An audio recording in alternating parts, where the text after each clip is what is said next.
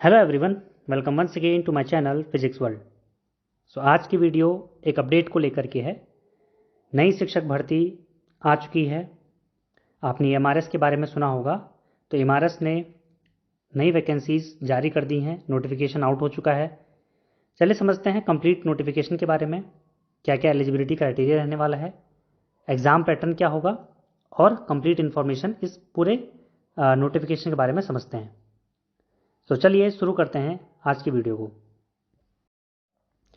इसमें ईएमआरएस में NESTS जो national education society for tribal students है, जो हमारी ट्राइबल मिनिस्ट्री के अंडर आता है, उसके अंदर EMRS staff selection exam 2025 conduct किया जाएगा।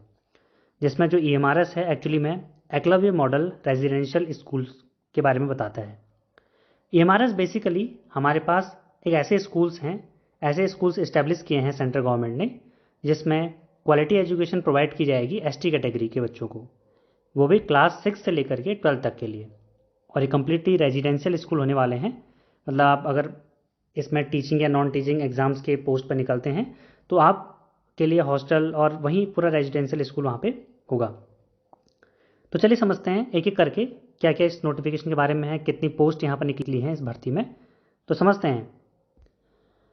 सबसे पहले यहाँ पर है हमारे पास कि ऑनलाइन एप्लीकेशन फॉर्म कब तक यहाँ पर भरे जाएंगे। तो आपको पता है कि अभी से ये स्टार्ट हो जाएंगे और इसकी जो लास्ट डेट है वो है 23 अक्टूबर 2025। तो 23 अक्टूबर 2025 को तक ये भरे जाएंगे फॉर्म। अगर मैं इसमें फ़ीस की बात करूँ, थोड़ा सा इसकी फ़ीस जो है और जो फॉर्म्स हैं और जो टीचिंग एग्ज़ाम्स में आते हैं उससे थोड़ा महंगी है। फिर भी अगर आप यहाँ पर देखना चाहते हैं तो यहाँ पर ये मोड ऑफ पेमेंट हमारे पास कैसे रहने वाला है, ऑनलाइन भी हो सकता है। Mode of payment generally online ही रहेगा। इसमें debit card, credit card, net banking, UPI से आप इसमें कर सकते हैं। एक इंपॉर्टेंट जानकारी यहाँ पर है कि जो SC ST और PWBD हैं या फीमेल कैंडिडेट हैं, उनके लिए कोई भी एप्लीकेशन फ़ी नहीं रहेगी। हाँ, जो प्रोसेसिंग फ़ी होगी वो मैंडेटरी है सबके लिए, लेकिन एप्लीकेशन फ़ी यहाँ पर क्या है, इन लोगों को या इन कैटेगरीज़ में नहीं होगी। तो आप यहाँ पर देख सकते हैं कि अलग अलग कैटेगरी में अलग अलग एप्लीकेशन और प्रोसेसिंग फ़ी है। अगर हम बात करते हैं यहाँ पर principal, PGT, non teaching staffs में जब फीमेल की कैटेगरी है या SC ST या PWD कैंडिडेट्स हैं, उनके लिए एप्लीकेशन फ़ीस यहाँ पर 0 होने वाली है। बल्कि प्रोसेसिंग फ़ीस क्या होगी, 500, और वही उनको पे करना है फॉर्म फिल करते समय।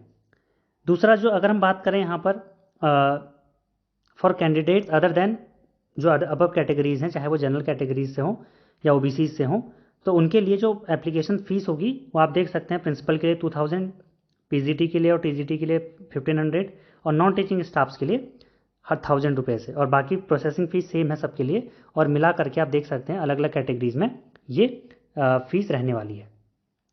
और अगर आप फॉर्म फिल करना चाहते हैं तो इसकी ऑफिशियल साइट है NESTS.tribal.gov.in। यहाँ पर आप जा करके डायरेक्टली अपना फॉर्म फिल कर सकेंगे। और कोई भी इंफॉर्मेशन रिगार्डिंग कि आपको एडमिट कार्ड कब आएगा या आप कब कहाँ आपको सेंटर मिला हुआ है, ये सारी जो जानकारी होगी आपको NESTS के ऑफिशियल वेबसाइट पर ही मिलेगी। तो इसको आप लगातार चेक करते रहेंगे तो यहीं पर आपको क्या मिलेगा, सारी जानकारी, सारी इन्फॉर्मेशन, Tier 1 हो गया, Tier 2 हो गया एग्ज़ाम्स की, वो सभी इसी वेबसाइट के थ्रू आपको मिलेंगी। अब बात करते हैं यहाँ पर इम्पॉर्टेंट जो नोटिफिकेशन आया है, कितने पोस्ट के लिए या कितने वैकेंसीज़ के लिए यहाँ पर आया है।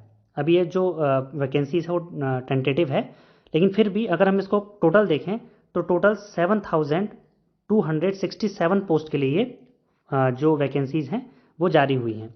जिसमें प्रिंसिपल की वैकेंसीज़ कितनी हैं, 225 हैं।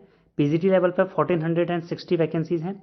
TGT पर 3962 वैकेंसीज़ हैं। Female nurse staff 550, hostel warden 635, accountant 61, junior secretariat assistant JSA जिसको हम कह रहे हैं 228, लैब असिस्टेंट के लिए, अटेंडेंट के लिए 146।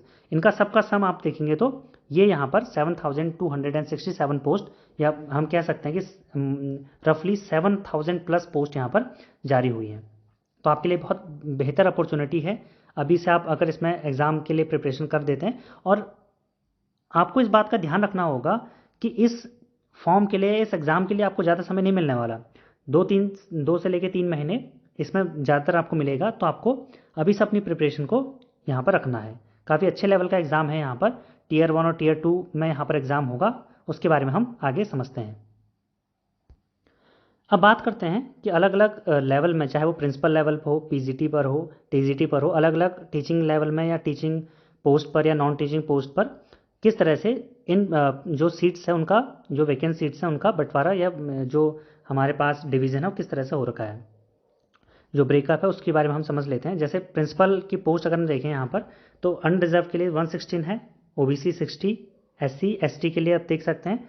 इसी तरीके से अदर जो हमारे पास हैं, विजुअली इम्पेयर्ड हो गया या लोकोमोटर डिसेबिलिटी हो गया, तो ये सब यहाँ पर इस तरह से ब्रेकअप दिया हुआ है फॉर प्रिंसिपल। वैसे आप पीजीटी पोस्ट के लिए यहाँ पर पॉज करके वीडियो को आप अपने कैटेगरी के हिसाब से जिस उसमें लाइक करते हैं, जो भी आपकी क्वालिफिकेशन है पीजीटी में, उसके हिसाब से आप यहाँ पर जो आपकी कैटेगरी है उसमें अपने पोस्ट को देख सकते हैं कि कितनी वैकेंसी वहाँ पर हैं। और टोटल आपको देखने को मिलेंगी 1460 वैकेंट सीट्स। अब बात करते हैं टीजीटी की। टीजीटी में हमारे यहाँ पर अगर टोटल पोस्ट की बात करेंगे हम यहाँ पे, तो टोटल पोस्ट 2550 हैं। Hindi, English, math, social studies, science and computer science की वैकेंसीज यहाँ पर जारी हुई हैं। और अलग अलग पोस्ट में अलग अलग यहाँ पर वेरियस वैकेंट सीट्स हैं। तो आप अपनी सीट्स के हिसाब से इसको चेक कर सकते हैं कि आपकी जो सब्जेक्ट है उसके हिसाब से यहाँ पर कितनी वैकेंट सीट्स हैं। और एक ग्रुप बी की पोस्ट है। मूव करते हैं आगे। अब बात करते हैं यहाँ पर नॉन टीचिंग पोस्ट की। तो नॉन टीचिंग पोस्ट है, उसमें hostel warden, male female, female nurse staff, accountant, junior secretariat assistant और लैब अटेंडेंट की अलग अलग पोस्ट यहाँ पर निकली हुई है। तो नॉन टीचिंग पोस्ट के लिए अगर हम बात करें यहाँ पर, तो यहाँ पर टोटल 1620 पोस्ट यहाँ पर निकली हुई है। तो अगर आप अलग अलग कैटेगरीज वाइज देखें तो यूआर में 668 पोस्ट हैं टोटल, ईडब्ल्यूएस में 159 है। तो अलग अलग कैटेगरी में भी ये ब्रेकअप आपको यहाँ पर दिया गया है। बहुत अच्छा चार्ट दिया गया है। आप इसको कम्प्लीटली यहाँ पर वीडियो पॉज करके देख सकते हैं कि किस कैटेगरी में कितना चार्ट दिया गया है, क्या वैकेंसीज़ हैं, इसको आप चेक कर सकते हैं। मूव करते हैं आगे। अब बात करते हैं कि अलग अलग पोस्ट में लेवल ऑफ पे क्या रहने वाला है। जैसे प्रिंसिपल की अगर हम बात करेंगे, तो प्रिंसिपल में लेवल 12 आपको देखने को मिलेगा। लेवल 12 आप यहाँ पर सैलरी का वो भी देख सकते हैं कि कहाँ से कहाँ तक आपको सैलरी मिलेगी। तो लेवल 12 की ये बात है। फिर हम बात करेंगे पीजीटी लेवल की। तो पीजीटी में लेवल 8 है, टीजीटी में लेवल 7 है, लाइब्रेरियन में लेवल 7 है, और फिर आर्ट म्यूज़िक टीचर हो गया, फिजिकल एजुकेशन टीचर हो गया, इसमें लेवल 6 है। फीमेल नर्स स्टाफ में level 5, hostel warden level 5, accountant level 6, और जीएससी और लैब अटेंडेंट के हैं लेवल 1 और लेवल 2 की जॉब है। तो अलग अलग लेवल के हिसाब से आप पोस्ट को या फॉर्म को फिल कर सकते हैं। जैसे आपकी क्वालिफिकेशन है, वो क्वालिफिकेशन के बारे में हम आगे बात करेंगे। अब हम बात करेंगे यहाँ पर स्कीम ऑफ एग्जामिनेशन की। तो जो मोड ऑफ एग्जामिनेशन यहाँ पर रहने वाला है, अगर आप मोड ऑफ एग्जामिनेशन की बात करेंगे तो ये Tier 1 और Tier 2 दो पार्ट में रहेगा, Tier 1 एंड Tier 2। तो Tier 1 एंड Tier 2, Tier 1 जो होगा उसमें आपके MCQ टाइप्स और OMR पेन पेपर बेस्ड होगा ये। तो OMR बेस्ड आपका होने वाला है। और सेकंड वाला जो Tier 2 वाला एग्ज़ाम होगा उसमें आपका डिस्क्रिप्टिव भी रहेगा, MCQ भी रहेगा। तो डिस्क्रिप्टिव और MCQ दोनों रहेंगे। तो Tier 1 और Tier 2 इस तरह से दो पार्ट्स में एग्ज़ाम होगा, जहाँ पर जो Tier 1 है वो OMR बेस्ड होगा और Tier 2 क्या होगा, descriptive plus MCQ OMR based paper यहाँ पर होने वाला है। और चॉइस ऑफ मीडियम आप यहाँ पर चूज़ कर सकते हैं। बायलिंगुअल ये एग्ज़ाम रहेगा, हिंदी और इंग्लिश में रहेगा, और अगर कोई रीजनल है तो वहाँ उसके हिसाब से भी वो ऑप्ट कर सकता है। तो ये इसमें सभी तरह के जो लैंग्वेज हैं उसको दिया गया है। अब हम आगे बढ़ते हैं यहाँ पर। अब हम बात कर रहे हैं यहाँ पर एग्ज़ाम पैटर्न की। तो अगर हम एग्ज़ाम पैटर्न की बात करें यहाँ पर, तो प्रिंसिपल की जो पोस्ट है उसका एग्ज़ाम पैटर्न किस तरह से रहने वाला है। तो Tier 1 और Tier 2 में एग्ज़ाम होता है, और प्रिंसिपल में आपको इंटरव्यू भी देखने को मिलेगा। तो सबसे पहले आपका होगा Tier 1 एग्ज़ाम, जिसमें आपका ये सब्जेक्ट आपको पूछने जाने वाले हैं। जैसे पार्ट 1, पार्ट 1, 2, 3, 4 एंड 5 में ये डिवीज़न है इसका।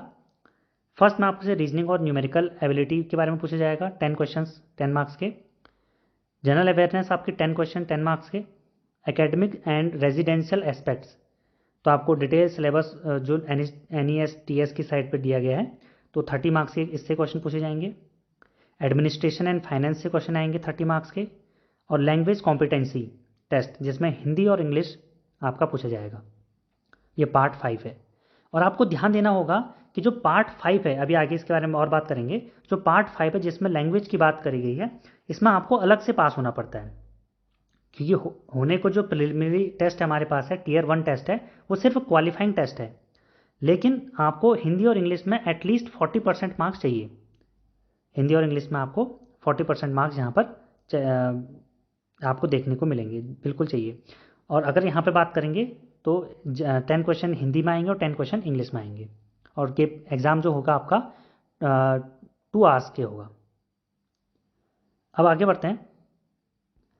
अब बात करते हैं इसके Tier 2 एग्ज़ाम की। जो Tier 2 एग्ज़ाम होगा उसमें जो कैंडिडेट शॉर्ट लिस्टेड होंगे, वो उनका जो रेशियो होगा वो होगा 1:10। जितनी पोस्ट होंगी, एक पोस्ट के लिए 10 बच्चों को लिया जाएगा, तो 1:10 का वो रहने वाला है। अगर यहाँ पर अगर 100 पोस्ट हैं तो वहाँ पर 1000 बच्चों को लिया जाएगा। तो इस तरह से 1:10 का वो रहने वाला है।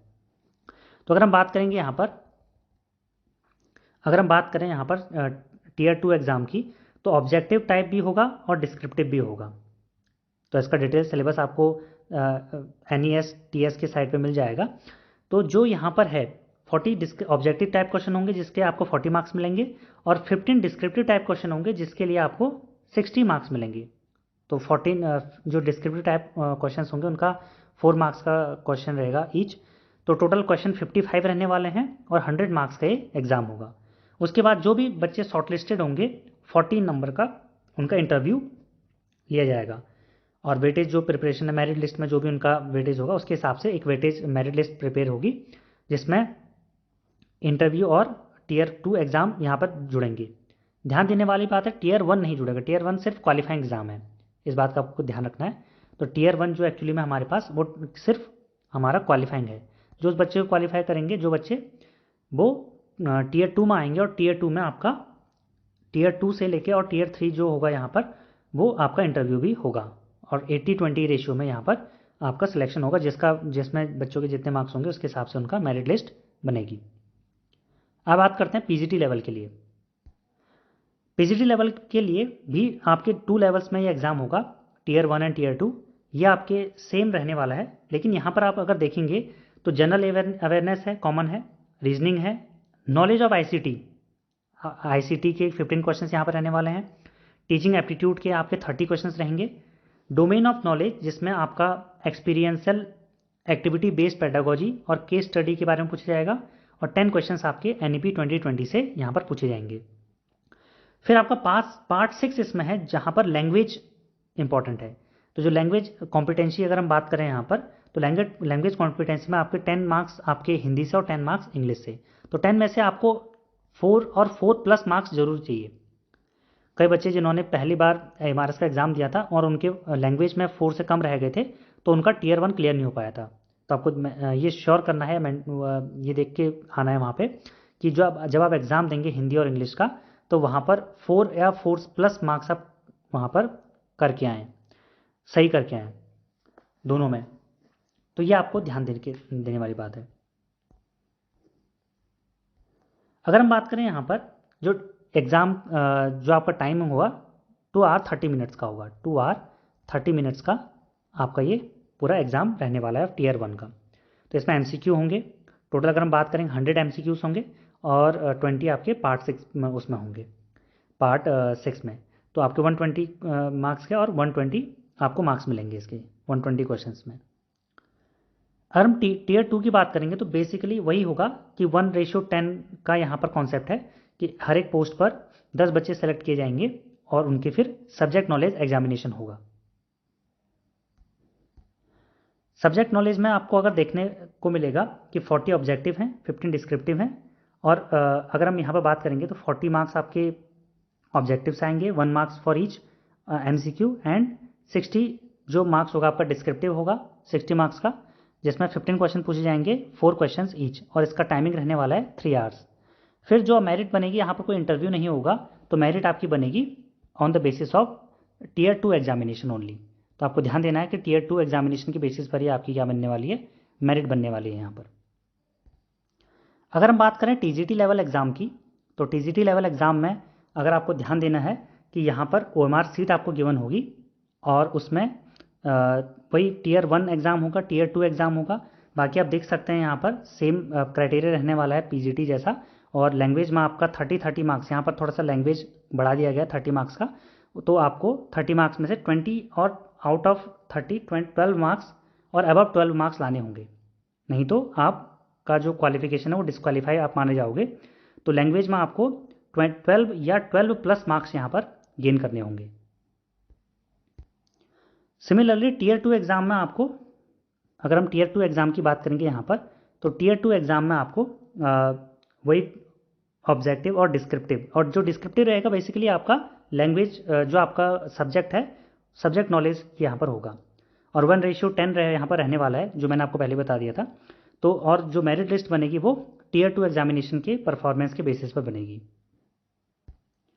बाकी आप अगर नॉन टीचिंग एग्ज़ाम्स के बारे में बात करने वाले हैं, तो हॉस्टल वार्डन जो है आपका मेल और फीमेल के लिए प्रिलिमिनरी टेस्ट होगा और आपका टीयर 2 एग्ज़ाम होगा, और इसी के बेसिस पर आपका क्या बनने वाला है, आप इसको नोट कर सकते हैं यहाँ पर। इसी के बेसिस पर आपका फाइनल मेरिट लिस्ट यहाँ पर बनेगी। बाकी आप देख सकते हैं अकाउंटेंट के लिए ये क्राइटेरिया है, आप इसको पॉज करके नोट कर सकते हैं। फिर अगर हम बात करें आगे फीमेल नर्स स्टाफ की, तो आपके लिए ये आपको पास करने होंगे एग्ज़ाम। टीयर 2 में आपके लिए सेम क्राइटेरिया है। फिर उसके बाद जूनियर सेक्रेटरीट असिस्टेंट जीएसए के लिए 100 मार्क्स का आपका ओएमआर में होगा, और उसके बाद डिस्क्रिप्टिव होगा 100 मार्क्स का। तो इस तरह से आप देख सकते हैं। फिर अगर हम यहाँ पर देखें, जीएसए में आपको टाइपिंग भी देखनी है, और टाइपिंग के हिसाब से आपको जितने बच्चे टीयर 2 एग्ज़ाम पास करेंगे, फिर टाइपिंग में आपको 1:3 में लिया जाएगा। टोटल अगर 3 पोस्ट हैं तो उसके लिए एक बच्चे को सेलेक्ट किया जाएगा। उसके बाद लैब अटेंडेंट की अगर हम बात करेंगे, तो लैब अटेंडेंट में भी सेम क्राइटेरिया है, और आपको टीयर 1 और टीयर 2 एग्ज़ाम यहाँ पर देने होंगे दोनों। फिर हम बात करते हैं मार्किंग स्कीम की। तो अगर जो मार्किंग स्कीम यहाँ पर रहने वाली है, तो आपको ध्यान देना है यहाँ पर जो एक्चुअली में हमारा नेगेटिव मार्किंग का जो क्राइटेरिया है वो 1/3 है एक्चुअली में। और एग्ज़ाम्स में अगर हम अदर एग्ज़ाम की बात करें तो कहीं कहीं 1/4 होता है। तो यहाँ पर आपके 3 क्वेश्चन गलत होने पर आपका 1 मार्क्स कट कर लिया जाएगा। तो 0.33 यहाँ पर आपको हर मार्क्स के लिए, अगर आपका नेगेटिव मार्क्स है तो 0.33 वहाँ पर कट किया जाएगा। तो आपको बहुत केयरफुली पेपर को सॉल्व करना है। तो आपको ध्यान देना है कि जो ओएमआर भरेंगे तो ओएमआर में आपको किस तरह से सॉल्व करना है। तो करेक्ट मार्क्स, एक इनकरेक्ट मार्क्स के लिए आपको 1/3 मार्क्स आपका वहाँ पर क्या किया जाएगा, डिडक्ट किया जाएगा, और 1 मार्क्स दिया जाएगा for every correct mark, every correct answer. तो मूव करते हैं एलिजिबिलिटी क्राइटेरिया और क्वालिफिकेशन जो रहेगा, आप हम उसकी बात कर लेते हैं। अगर हम प्रिंसिपल की बात करें, तो प्रिंसिपल की एज लिमिट 50 ईयर से ऊपर नहीं होनी चाहिए, अगर आप यहाँ पर देखते हैं। उसके अलावा अगर हम बात करें यहाँ पर एसेंशियल क्वालिफिकेशंस की, तो एसेंशियल क्वालिफिकेशंस में अगर आप देखते हैं यहाँ पे, तो मास्टर डिग्री होनी चाहिए, बीएड आपके पास होना चाहिए, बाकी एमएड एनसीटीई से, और बाकी आपकी ग्रेजुएशन डिग्री में 50% प्लस मार्क्स यहाँ पे इंक्लूड होने चाहिए, एटलीस्ट 50% या उससे ऊपर। बाकी आपका एक्सपीरियंस वगैरह यहाँ पर दिया गया है, आप इसको देख सकते हैं। अब अगर आपको एज रिलैक्सेशन के बारे में जानना है, तो एज रिलैक्सेशन यहाँ पर 55 years for EMRS employees including all relaxations. तो यहाँ पर प्रिंसिपल के लिए जो मैक्सिमम एज है वो 50 ईयर्स है, लेकिन एज रिलैक्सेशन के बाद 55 ईयर्स तक वो जा सकता है। अब बात करते हैं पीजीटी लेवल पर। तो पीजीटी लेवल में जो आपकी एज होनी चाहिए वो 40 से अबव नहीं होनी चाहिए। एज रिलैक्सेशन दिया जाएगा अलग अलग कैटेगरीज में, उसके हम आगे बात करेंगे। बाकी एसेंशियल क्वालिफिकेशन जो आपकी रहने वाले हैं यहाँ पर, एसेंशियल क्वालिफिकेशन आपकी रहेंगी इंटीग्रेटेड पोस्ट ग्रेजुएट कोर्स आपने किया होना चाहिए, या आप नॉर्मली आपने ग्रेजुएट कोर्स किया होना चाहिए। पोस्ट ग्रेजुएशन मास्टर डिग्री आपके पास होनी चाहिए, और बीएड आपके पास होना चाहिए। तो ये आपके एसेंशियल क्राइटेरियाज हैं जो आपके पास होने चाहिए। एटलीस्ट 50% मार्क्स, 50+% आपने मार्क्स से पीजीटी अपना किया हो, मास्टर डिग्री किया हो, चाहे आप जैसे हिंदी में है तो आपने एमए किया हो हिंदी में, अगर आप जियोग्राफी से भर रहे हैं तो एमए जियोग्राफी आपके पास होना चाहिए, फिजिक्स से भर रहे हैं, मैथ्स से भर रहे हैं तो एमएससी आप एमएससी मैथ्स एमएससी फिजिक्स आपके पास होनी चाहिए। तो ये उसके अलावा बीएड आपके पास वहाँ पे क्राइटेरिया रहने वाला है। और एज रिलैक्सेशन, अगर आप एज रिलैक्सेशन भी लेते हैं तो आपकी एज 55 ईयर्स से अबव नहीं होनी चाहिए। उसके अलावा मैंने आपको बता दिया बीएड में आपको एनसीटी रिकॉग्नाइज इंस्टीट्यूशन से आपने किया होना चाहिए 50% प्लस मार्क्स से, या हो सकता है आप 3 year integrated BEd plus MEd आपने किया हो, ठीक है, और या 4 year integrated graduation degree with at least 50% marks आपके पास होने चाहिए इंक्लूडिंग बीएड कंपोनेंट्स। बाकी आप अलग अलग सब्जेक्ट में आपके पास पीजीटी होना चाहिए, मास्टर डिग्री होनी चाहिए। अगर हम टीजीटी क्वालिफिकेशन की बात करेंगे तो टीजीटी क्वालिफिकेशन में आपकी जो एज है 35 ईयर्स से ज़्यादा नहीं होनी चाहिए। बाकी इसमें जो एज रिलैक्सेशन क्राइटेरिया उसके हम आगे बात कर लेंगे। उसके अलावा बैचलर डिग्री आपके पास होनी चाहिए, कोई भी सब्जेक्ट जिससे आप भरना चाहते हैं उसमें आपके पास बैचलर डिग्री होनी चाहिए, आपके पास बीएड होना चाहिए, और आपके पास टीजीटी लेवल एग्ज़ाम के लिए आपको यहाँ पर बैचलर डिग्री आपके पास होनी चाहिए। उसके अलावा आपके पास बीएड डिग्री होनी चाहिए, फिर एटलीस्ट 50% ऑफ मार्क्स, और आपके पास सीटेट पेपर 2 होना चाहिए। तो आपको ध्यान देना है जो टीजीटी लेवल पर है सीटेट सेकंड पेपर आपका क्वालिफाई होना चाहिए। पीजीटी में वो नहीं मांगा गया है, लेकिन यहाँ पर टीजीटी लेवल पर आपका सीटेट सेकंड पास होना चाहिए। तो आपको ये क्राइटेरिया, ये जो क्वालिफिकेशन है उनको ध्यान में रखते हुए फॉर्म फिल करना है। बाकी आप अलग अलग लेवल पर नॉन टीचिंग लेवल्स पर भी यहाँ पर क्राइटेरिया देख सकते हैं। इस तरह से आपका अलग अलग यहाँ पर दिया गया है, हॉस्टल वार्डन के लिए, अकाउंटेंट के लिए, और जूनियर असिस्टेंट एग्ज़ाम के लिए। लाइब्रेरियन के लिए आपके पास यही क्राइटेरिया होना चाहिए, बैचलर की डिग्री होनी चाहिए। बाकी लाइब्रेरी की बेसिक इन्फॉर्मेशन जो वो चीज़ मांग रहा है वो आपके पास बेसिकली यहाँ पर होना चाहिए। तो आप देख सकते हैं लाइब्रेरियन के लिए क्या क्या क्राइटेरिया ज़रूरी है। फिर हम बात करते हैं आगे फीमेल नर्स स्टाफ के। आप देख सकते हैं क्वालिफिकेशन क्या क्या है। आपके पास बीएससी नर्सिंग होनी चाहिए रिकॉग्नाइज यूनिवर्सिटी से। बाकी ये जो क्राइटेरिया आपके पास वो फुलफिल होनी चाहिए। लैब अटेंडेंट की जब हम बात करेंगे तो 10th लेवल पर डिप्लोमा आपके पास होना चाहिए, या 12th क्लास आपने साइंस स्ट्रीम से पास की हुई होनी चाहिए।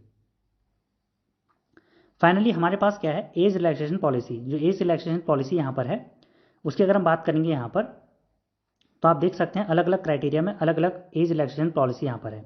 तो शेड्यूल कास्ट के लिए अगर हम बात करें यहाँ पर, एससी के लिए हम बात करें 5 ईयर्स का, एसटी के लिए भी 5 ईयर्स का रिलैक्सेशन है। अदर बैकवर्ड क्लासेस, ठीक है, वो आपके एनसीआर दिल्ली में होनी चाहिए। मतलब अलग अलग रीजन के हिसाब से अदर बैकवर्ड क्लासेस में 3 ईयर्स का। Candidate with 3 years continuous service in central government, तो उनको भी 5 ईयर्स का क्या मिलेगा, रिलैक्सेशन मिलेगा। अगर हम बात करेंगे उत्तर यूटी, अगर वो डोमिसाइल्ड है यूटी के और जम्मू एंड कश्मीर, तो उनको 5 ईयर्स का क्या मिलेगा, एज रिलैक्सेशन मिलेगा। बाकी वुमेंस को only if applying for PGT and TGT post, तो वुमेंस को 10 ईयर्स का यहाँ पर एज रिलैक्सेशन मिलने वाला है।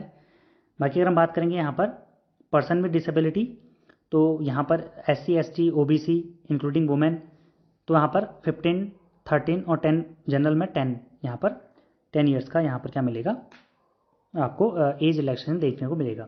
बाकी अलग अलग लेवल के लिए आप अलग अलग एज रिलैक्सेशन यहाँ पर देख सकते हैं। तो होप करता हूँ आपको ये वीडियो समझ में आई होगी। काफ़ी इंपॉर्टेंट यहाँ पर क्राइटेरिया है, आपको ध्यान से फॉर्म फिल करना है, और ज़्यादा समय आपको मिलने नहीं वाला है। तो जो भी फॉर्म आया है उसके लिए आपको फॉर्म फिल करके तैयारी में लग जाना है। तो आज की वीडियो में इतना ही, मिलते हैं नेक्स्ट वीडियो में।